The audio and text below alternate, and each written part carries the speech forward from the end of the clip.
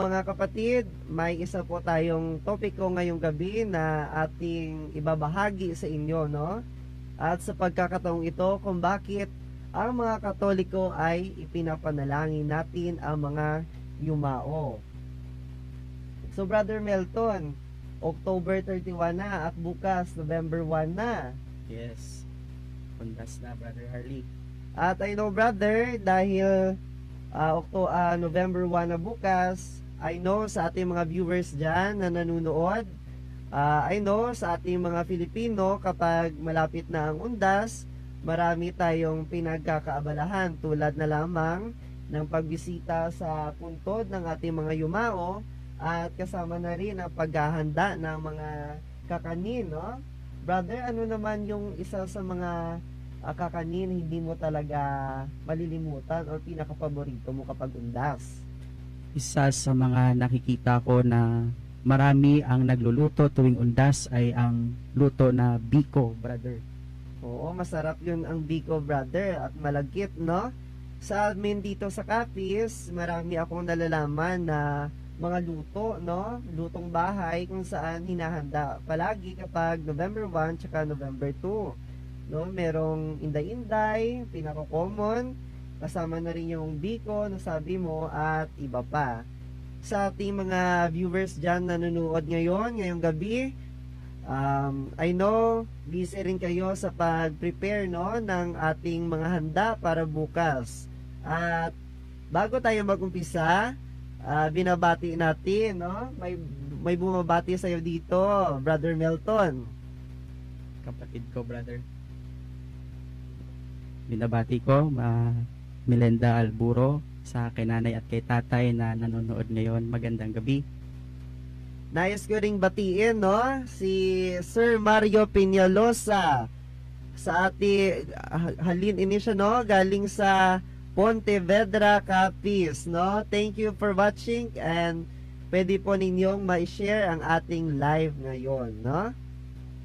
So ngayon, Brother Melton, ang ating topiko ngayong gabi ay dahil papalapit ng undas, no? Isa sa mga pinaka-importanting topiko ay kung bakit tayo ay nananalangin sa ating mga yumao. Ikaw, Brother Melton, ano ba yung mga preparation mo kapag malapit ng undas?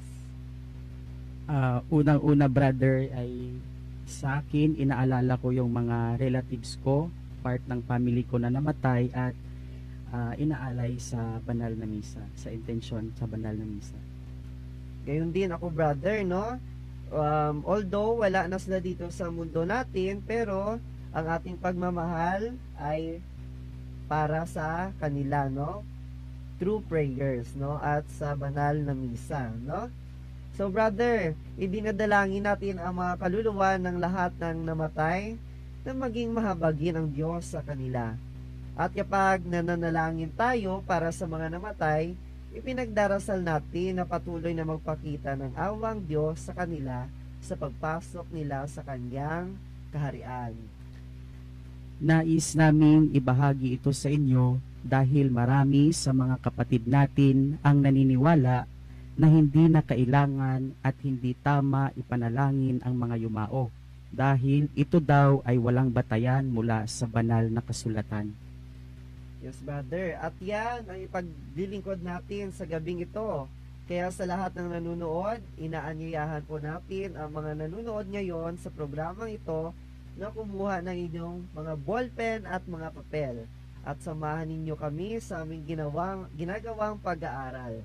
Maaari nyo rin po itong i-share sa inyong mga kaibigan at mga mahal sa buhay upang sa ganon sila rin ay magkaroon ng karagdagang kaalaman tungkol sa napaka-importanting ginagawa natin habang tayo ay nabubuhay sa mundo. Tama, Seminarian Harley. Tandaan po natin, mga kapatid, ang sinabi mula sa from the book of Sirach, chapter 38, verse 22. Alalahanin mo na ang nangyari sa kanya'y mangyayari din sa iyo. Kahapon ay ako, ngayon naman ay ikaw. Lahat po tayo ay mamamatay. Yan po ay isang realidad ng ating buhay. Kaya nga po, wag po nating kalilimutan na habang nabubuhay pa tayo ay napakalaking bagay na ipanalangin natin ang mga namatay dahil darating ang panahon na tayo rin ay mangangailangan ng panalangin ng ibang tao dahil tayo rin ay mamamatay kagaya ng mga taong ipinapanalangin natin. Brother Melton, may batayan ba tayo mga Katoliko mula sa banal na kasulatan kung bakit natin ipinagdarasal ang mga yumao? Brother Harley at sa mga nanonood sa atin ngayon via live streaming, ganito po ang mababasa natin sa from the second book of Maccabees, chapter 12, verses 43 to 45. Nagpalikom siya ng mga kaloob na umabot sa halagang 4 na librang pilak at ipinadala ito sa Jerusalem upang ihandog na pantubos sa kasalanan. Ginawa ito ni Judas sapagkat naniniwala siya sa muling pagkabuhay ng mga patay. Kung hindi siya umaasa na ang mga patay ay muling mabubuhay, magiging kahangalan lamang na ipanalangin ang mga namatay. Dahil buo ang kanyang paniniwala na ang lahat ng namamatay na nanatiling makadiyos ay tatanggap ng dakilang gantimpala, ginawa niya ang paghahandog na iyon upang ang pagkakasala ng mga namatay na ito ay patatawarin. Thank you, Brother Melton, no? Maaring tutol ang mga kapatid natin sa ibang sekta o reliyon na ang libro or ikalawang libro ng Makabeyo ay hindi dapat gawing batayan sa pagtuturo ng katotohanan dahil daw ito ay hindi maituturing na part ng Bible. Pero tandaan po natin na may isang kilalang Protestant biblical scholar na si Dr. Michael Licuna ay ginamit niya ang 2 Maccabees sa kanyang artikulo mula sa aklat na Evidence for God, 50 Arguments for Faith from the Bible, History, Philosophy, and Science sa page 162 at ganito ang ating mababasa. There is a strong tradition of pious Jewish martyrs who expect vindication through resurrection. After their violent and cruel deaths, there is seen especially in the 2 Maccabees 7 in the gruesome stories of torture and execution of the 7 brothers who refused to violate the Mosaic law. One of the brothers angrily replies to Antiochus, You accursed wretch, you dismiss us from this present life, but the King of the universe will raise us from the everlasting renewal of life, because we have died for his laws. Another brother warns the tyrant, one cannot but choose to die at the hands of men, and to cherish the hope that God gives of being raised again by him. But for you, there will be no resurrection to life. If these young men anticipated resurrection, why wouldn't Jesus? Scholar po itong si Dr. Michael Licuna. At kung hindi pala pwedeng gamiting batayan ang 2 Maccabees para patunayan na dapat ipanalangin ang mga yumao, bakit ginagamit ito ng isang kilalang Protestant biblical scholar para suportahan ang tungkol sa resurrection? Maliban dyan, Seminarian Harley at sa mga nanonood sa atin ngayon, maging ang isang scholar at rabbi na si Professor Shea Cohen ay ginamit din ang second book of Maccabees para suportahan ang katotohanan. At ganito po ang ating mababasa sa aklat na From the Maccabees to the Mishnah sa page 92. This idea recurs frequently in the earliest extant Jewish martyrology. The second book of Maccabees, chapter 6 and 7, is a product of Greek-speaking Judaism, which describes the death of an old man and of 7 brothers at the hands of Antiochus Epiphanes. That martyrs would be resurrected to life eternal was a doctrine which played an enormous role in the development of Christianity. Mga kapatid, ito po ay nagpapatunay na ang second book of Maccabees ay pwedeng gamiting batayan para ibahagi ang katotohanan, dahil maging ang mga non-Catholic biblical scholars na nag-aaral at nagsusuri ng mabuti ay ginagamit ang aklat na ito sa kanilang mga scholarly na mga aklat. So brother, pwedeng itanong ng mga nanonood, bakit hindi tinanggal ng Catholic Church ang Canonical books kasama na ang Second Maccabees sa Bible? Seminarian Harley at sa mga nanonood at nakikinig sa atin ngayon, dapat po nating malaman na ibinatay ng simbahang Katoliko ang ginagamit nating Biblia sa Septuagint, na malaki ang pagkakaiba sa Masoretic text. Kaya nga brother, sa aklat na The Origin of the Bible, A Guide for the Perplexed, sa page 88, at ito ay isinulat ng isang kilalang Protestant biblical scholar na si Dr. Lee Martin MacDonald. Ito po ang kanyang sinabi, brother. Indeed, the scriptures of the diaspora Jews included the books circulating in the Septuagint, which included the apocryphal and pseudepigraphal books on it. Para po sa impormasyon ng mga nanonood at nakikinig, ang deuterocanonical books po para sa mga protestante ay apocryphal books. Kaya sa aklat na ito na isinulat ng isang Protestant biblical scholar ay apocryphal. Pero maliwanag na sinabi dito ni Dr. MacDonald na ang scriptures ng mga diaspora Jews, mga kapatid, kapag sinabi po nating diaspora, meaning the Jews living outside the Israel. So brother, thank you sa iyong explanation, no?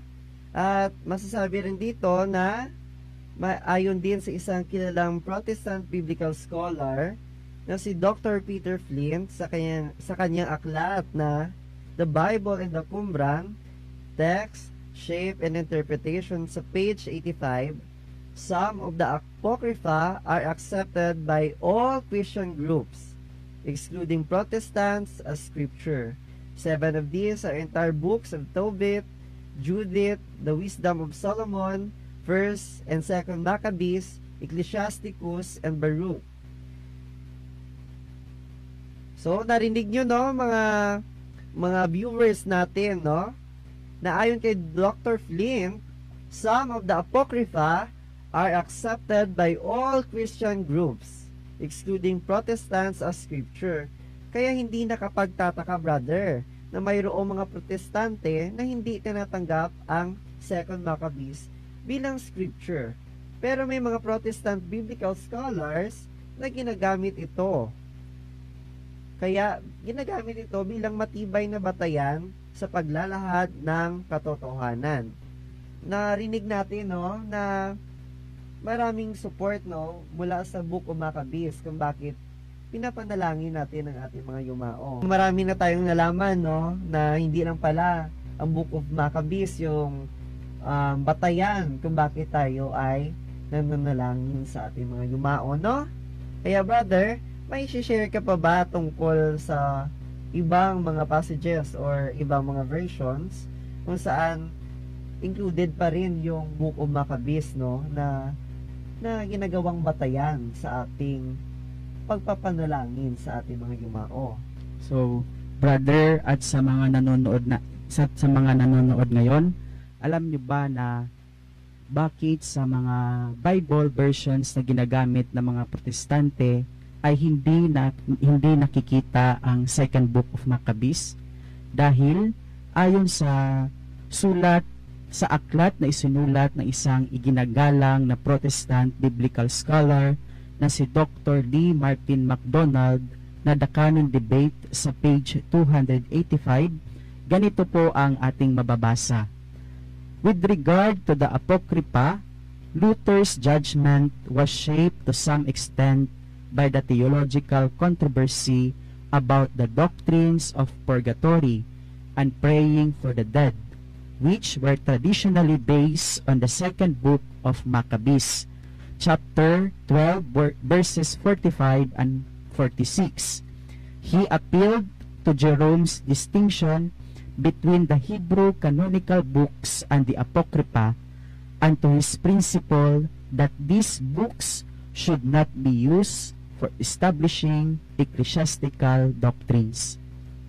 So brother, alam po natin na sasabihin rin ng ating mga kapatid, no, sa ibang sekta, katulad na naman ng ating mga kapatid sa Iglesia ni Cristo, Born Again, at grupong pinangungunahan ni Eli Soriano na ang purgatorio ay hindi mababasa letra por letra sa Biblia.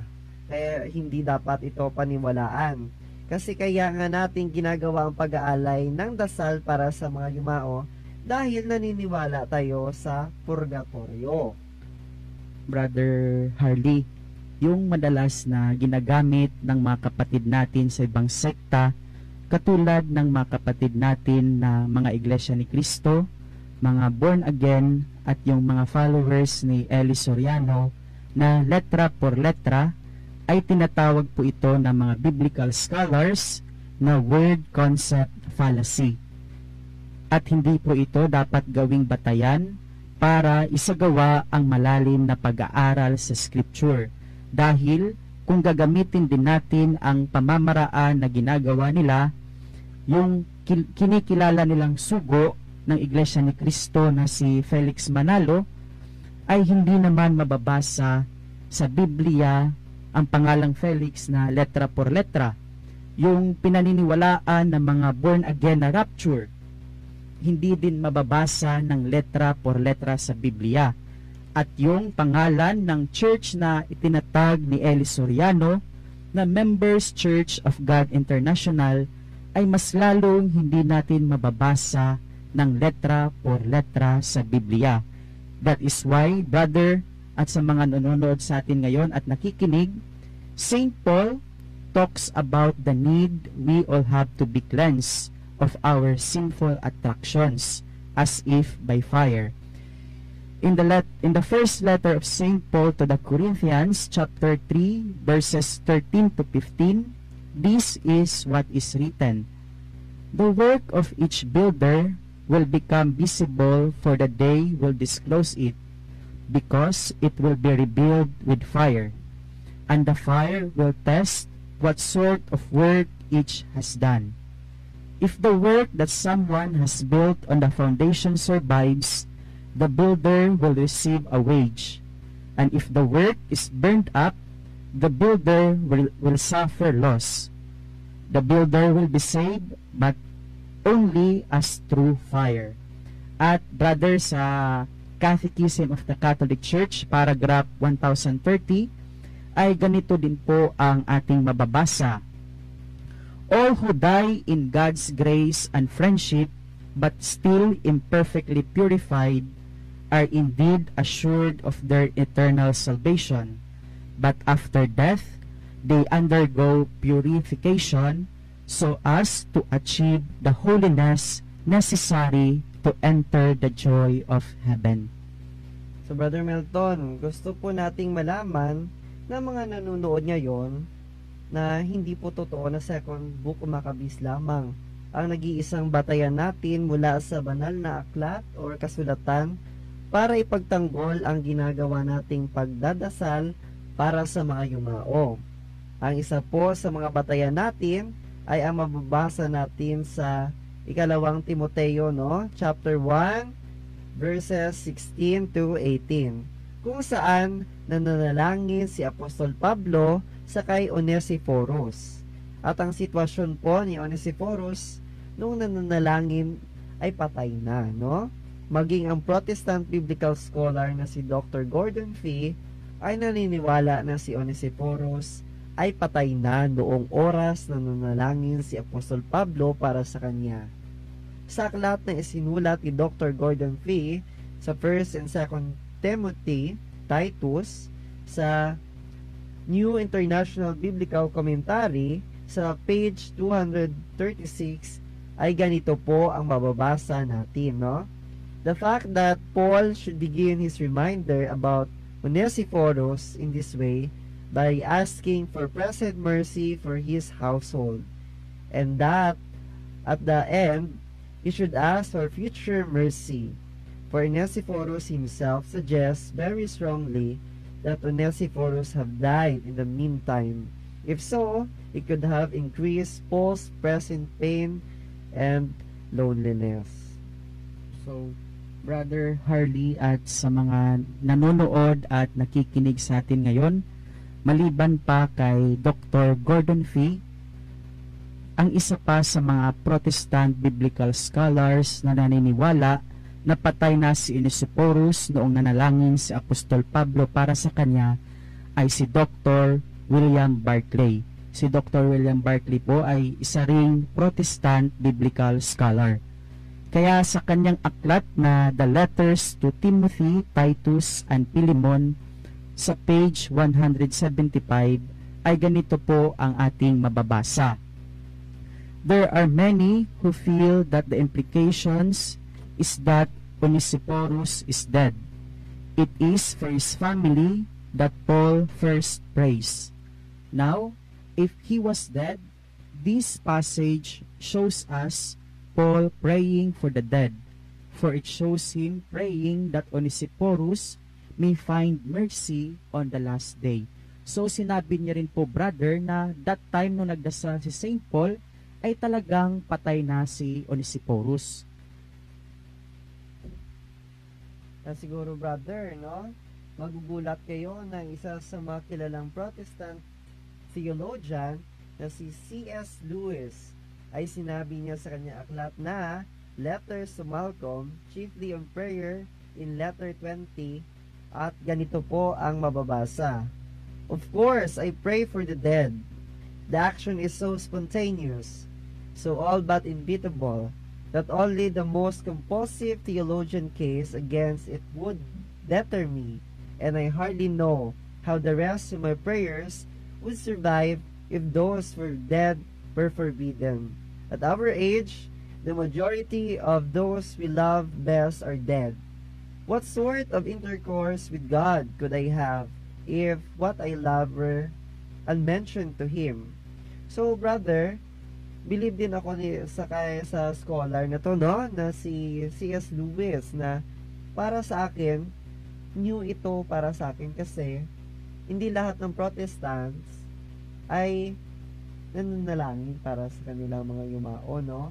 Pero in fact, narinig natin na si C.S. Lewis ay nananalangin para sa mga yumao, brother. What do you think, brother? Importante talaga, brother, ang ipanalangin yung mga kapatid nating namatay na. Dahil sa katulad sa ibang sekta, isa talaga sa hindi nila pinapaniwalaan ay yung pag once na yung isang relatives or part ng family nila na namatay na, after na nila ilibing, ay hindi na talaga nila naaalala, brother.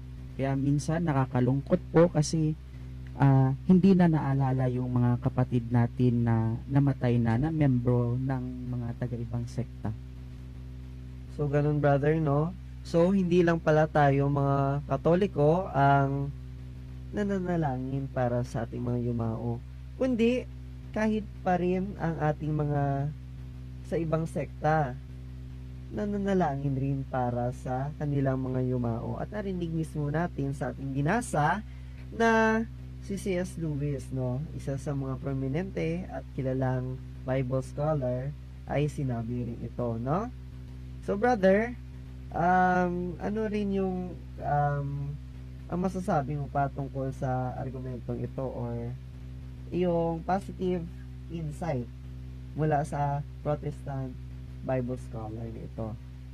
Brother Harley at sa mga nanonood sa atin ngayon, yung ginagamit ng mga taga-ibang sekta na talata mula sa Ecclesiastes chapter 9 verse 5 and 6 para patunayan na hindi na kailangan ipanalangin ang mga yumao ay mali po ang kanilang pagkaunawa. Kaya basahin po natin yung talatang ginagamit nila. Alam ng buhay na siya'y mamamatay, ngunit ang patay ay walang anumang nalalaman. Wala na silang pag-asa at nakakalimutan ng lubusan. nawawala pati ang kanilang pag-ibig, pagkapuot at pagkainggit. Ano pat wala silang namamalayan sa anumang nangyayari sa mundo. Brother, ang nasabing talata po ay tumutukoy tungkol sa sitwasyon kung saan ang mga namatay na ay hindi na pwedeng mag-participate sa mga ginagawa ng mga buhay, katulad ng dati nilang ginagawa kasama ang kanilang mga pamilya, tulad na lamang ng pagkain, pag-inom at pagsayaw. Hindi po pinag-uusapan dito ang tungkol sa pagdarasal para sa mga yumao. Kaya nga, brother, ganito din yung mababasa natin sa isang biblical commentary na isinulat ng mga Protestant biblical scholars na the IBP Bible Background Commentary, the Old Testament, sa page 574, na the term reward here probably refers to the benefits of life in which the dead cannot partake. They cannot enjoy any of those things that are considered blessings in this life. So thank you, brother.